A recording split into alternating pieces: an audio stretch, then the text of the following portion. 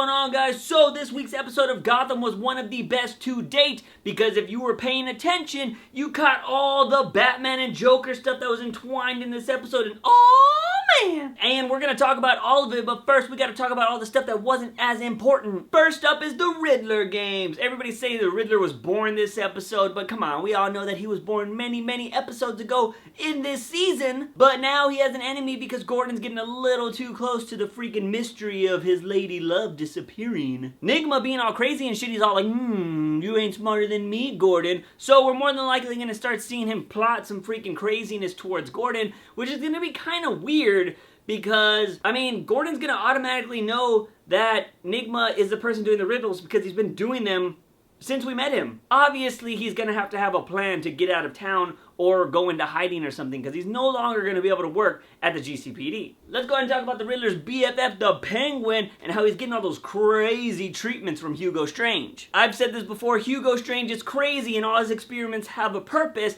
So why is he just trying to treat Penguin? I think he wants to see if he can really treat somebody just as crazy as the Penguin is, but he's still testing on him. Just because he declared him sane doesn't mean that the test is over, and we kind of saw that and they hinted towards it. But Juice, what else could they do? Well, I think they're gonna freaking observe Penguin in the real world, see if he goes back to crime, see if he tries to get a normal job, but I think they're gonna actually test him too. And how could they test freaking Penguin? I don't know, by bringing back Fish Mooney, the one person he hates the most in ever of life? Duh, we know freaking Hugo Strange has Fish Mooney's body. She's confirmed to come back for this season already. It's gonna be Penguin versus Fish Mooney, Dose or Trace, because they went head to head many times. Basically, when she comes back, she's coming back for a reason, and that reason is to freaking destroy Penguin or to be part of some crazy sick experiment that Hugo Strange has planned. That's how I see it. Probably gonna be true. Enough of that, let's talk about the good stuff. All the Batman and Jokerness that was entwined in this episode. If you were paying attention, you saw all of this stuff, or you saw a majority of it, so let's first talk about the obvious stuff we saw. Starting off with Jerry, a clown-looking punk rock singer playing in a club full of Joker, Jester, Harley Quinn-inspired peoples. The club itself is covered in Joker stuff. I mean, ha ha ha is written all over the walls. If you paid attention to this one scene, there is literally a logo with the circly Joker eyes and the mouth. What? Jerry and everybody in this club is obviously Jerome supporters, and you can tell that by when she's singing her song, there is a Jerome video playing on the wall of all the crazy shit that he did. Guys, that's not even the most epic part. Oh my god. So we saw freaking Bruce Wayne go into this club, getting another dose of Joker at a young age because we all know Bruce is gonna become Batman. Oh! And he's already had a run-in with Jerome, who we know is going to be the Joker because he's obviously gonna come back. Batman, freaking Joker have always been at each other's faces. Jerry did two things that stood out to me. One being that she said she doesn't care about money, obviously paying homage to Heath Ledger's Joker in The Dark Knight. And two, Jerry gave Bruce the choice to break his one rule. Now, of course, he's not Batman yet, but Gotham just showed us from childhood that Bruce Wayne, aka Batman, will always deal with the choice of his one rule of not killing people. The choice coming from a Joker-inspired source is great because we all know the Joker's main purpose in life is to get Batman to break his one rule because Joker feels the only way to live in this world is to live without rules. Don't forget, the Joker believes that him and Batman are the same. The only thing that separates them is this one rule. We know at the end of the episode that Bruce does not kill matches, but now we know that his willpower not to kill his enemies starts at a young age in the most vulnerable situation, facing the man that murdered his parents. We may never see Batman on the small screen, but Gotham right now, who just got renewed for a third season, is building the values of Batman pretty well. The last thing I want to say about the whole Jokerness is when Jerome comes back, he's going to have an army at his disposal. There is a club filled with a bunch of Joker and Harley Quinn type people that are all inspired by Jerome. So when he comes back as the Joker or the Red Hood gang leader, whatever he wants to do, he's going to have people join him, and holy crap, that's awesome. I say this every video, but you should really go check out my Jerome video about him coming back because there are some cool theories. Gotham, hire me.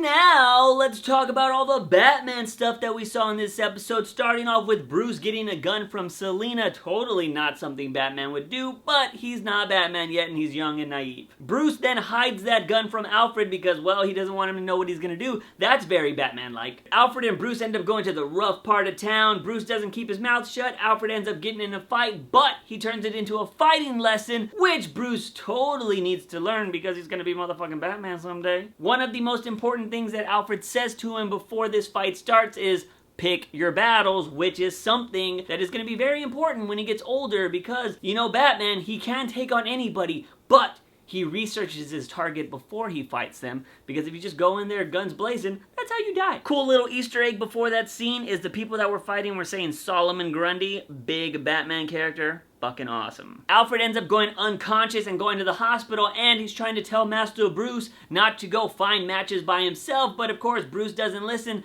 Alfred could have basically died because he just goes, and he just dozes off. Bruce doesn't check his freaking stuff. He's just like, I can't promise that, and he walks out. Total dick move, Bruce. Fast forward to freaking Bruce meeting Jerry. They have their conversation. We already talked about that, but the best thing he said in the conversation was, justice. Ooh, man, freaking hearing Bruce Wayne say justice is awesome because that is the biggest cornerstone of Batman and his legacy, and holy crap, these little things just, ooh. Now, let's talk about the freaking meeting between Bruce Wayne and Matches Malone because, it was so good. Some of the freaking things you heard in the conversation, like, you're not a monster, you're just a man, Gotham made me, like, those are some things you hear in the comics, and oh man, this is just like, it's like, let me just sprinkle all this Batman goodness on you. Like, yes! I'm not going to describe the whole end of the episode, just go watch it if you haven't seen it, because it is just a good exchange between Bruce Wayne and Matches Malone. And we know Bruce Wayne does not end up killing Matches, but Matches ends up killing himself. I told you guys in the mid-season finale that M. Malone stood for Matches Malone, and this is a code name that Batman uses when he becomes Batman and he's like in the slums and shit. It is a code name for his undercover slumlord guy. I also asked the question, why would Batman use Matches Malone as a code name if it's a guy that killed his parents? Gotham just showed us why, because Bruce had this interaction with Matches Malone, the guy that murdered his parents, and he had the chance to kill him, but he found out that the city was the cause for his evil. Which is like the whole basis of Batman. Batman becomes Batman to make Gotham a better and safer place. Because he believes that the city itself is the reason why so many people are bad, because it is just filled with shitty people. Matches just proved that, and he ended up taking his own life. The city drove him so crazy to do bad that he couldn't even stay alive anymore. And that's what's gonna stick with Bruce and what drives his non-killing policy, because maybe he feels that people are not bad in nature, they just have freaking situations around them that make them bad. Granted, some people are just fucking crazy, but maybe, you know, Batman feels like everybody can be cured. Or at least put in a place that they won't kill innocent people. Episode had so many little pieces of origin stories. We got the Matches Malone freaking origin story. We've gotten just freaking sprinklings of so much Batman stuff and Joker stuff that it was so good. And that wasn't even the ending. The freaking ending was Bruce Wayne leaving a freaking note for Alfred telling him that he's leaving home and he's going to live on the streets with Selina for a while, because the best way that he can figure out how to help the city, how to freaking clean up and find his parents' killers, actual people that hired Malone to kill them, is to live on the streets that are what are making people really shitty. And that's exactly what I've wanted Gotham to do. I've wanted Bruce to leave, to go get training, to live in the criminal underworld, and he's about to do that with Selina Kyle, somebody that we've seen in both seasons, and she knows how to stay alive. She's gonna protect Bruce, and it's gonna be awesome. I'm gonna end it there because I have like 5 other videos I need to film, but I want to know what you guys think. Are you liking the direction they're taking Bruce Wayne in to become the Dark Knight? Do you want Jerome to just hurry up and come back, or do you want him to come back